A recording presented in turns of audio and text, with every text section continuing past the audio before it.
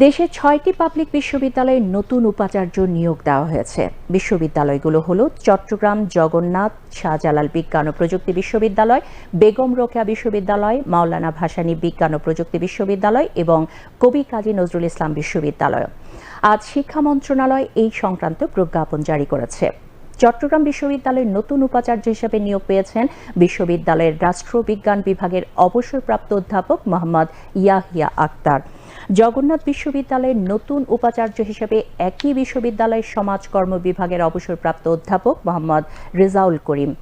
শাহজালাল বিজ্ঞান ও প্রযুক্তি বিশ্ববিদ্যালয়ে ঢাকা বিশ্ববিদ্যালয়ের অ্যাপ্লাইড কেমিস্ট্রি ও কেমিক্যাল ইঞ্জিনিয়ারিং বিভাগের অধ্যাপক এম সরওয়ার উদ্দিন চৌধুরী, বেগম রোকেয়া বিশ্ববিদ্যালয়ে ঢাকা বিশ্ববিদ্যালয়ের ফলিত গণিত বিভাগের অধ্যাপক মোহাম্মদ শওকত আলীকে নিয়োগ দেওয়া হয়েছে। এছাড়া মাওলানা ভাসানী বিজ্ঞান ও প্রযুক্তি বিশ্ববিদ্যালয়ে ঢাকা বিশ্ববিদ্যালয়ের জেনেটিক ইঞ্জিনিয়ারিং